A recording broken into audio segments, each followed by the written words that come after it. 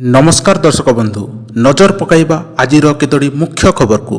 प्रधानमंत्री नरेंद्र मोदी यूए राष्ट्रपति शेख मोहम्मद सह फोन रे कथा होइछंती। उभय नेता मध्यप्राचीर रे संकट संक्रांत रे आलोचना करिछंती। यूए उपरे होइतिबा आक्रमण उपरे श्री मोदी निंदा करिछंती।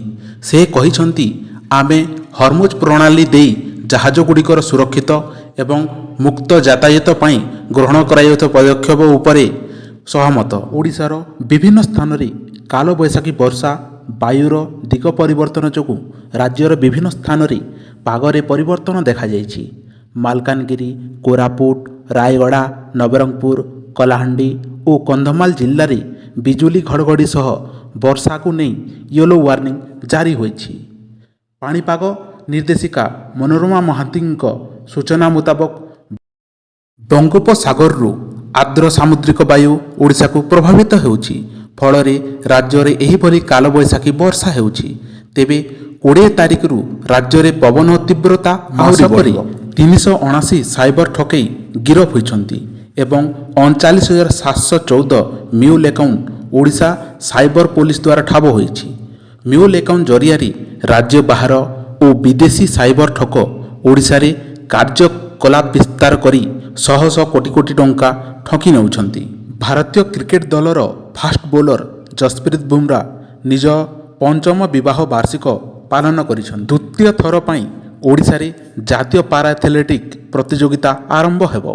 एथिरे 28 राज्यर 1460 खेलाड़ी भाग नेबे। 145 टी पदक पई हेबो मुकाबिला। क्रीड़ा मंत्री सूर्यवंशी सूरज मुख्य अतिथि भावे जोगदेई एही प्रतियोगिता को आनुष्ठानिक भावे उद्घाटन करिवे। अफगानिस्तान रो राजधानी काबुल स्थित एक हॉस्पिटल रे पाकिस्तान एयर स्ट्राइक करी भीषण नरसंहार करिछि। पाकिस्तान वायुसेना द्वारा होइतिबा एही आक्रमण द्वारा 2000 शଯ୍ୟା विशिष्ट चिकित्सालय ध्वंस हो जाइछि। एही आक्रमण रे 408 जनक मृत्यु घटिथिबा बेले 250 रु अधिक लोक गुरुतर आहत होइछन्ति। केरल विधानसभा निर्वाचन पई कांग्रेस प्रथम पर्याय 55 प्रार्थी ना घोषणा करिछि। 140 सदस्य विशिष्ट केरल विधानसभा एप्रिल 9 तारिख रे गोटिए पर्याय निर्वाचन हेबो एवं मे 4 रे फलाफल आसिबो। भुवनेश्वर विमान बंदर रे पुणी ऑनलाइन टैक्सी और स्मार्ट सिटी ऑनलाइन ऑटो चालक संघ मुहांमुही होइछन्ति। फलरे विमान बंदर रे परिसर रे गंडगोल आशंका देखा जाइछि।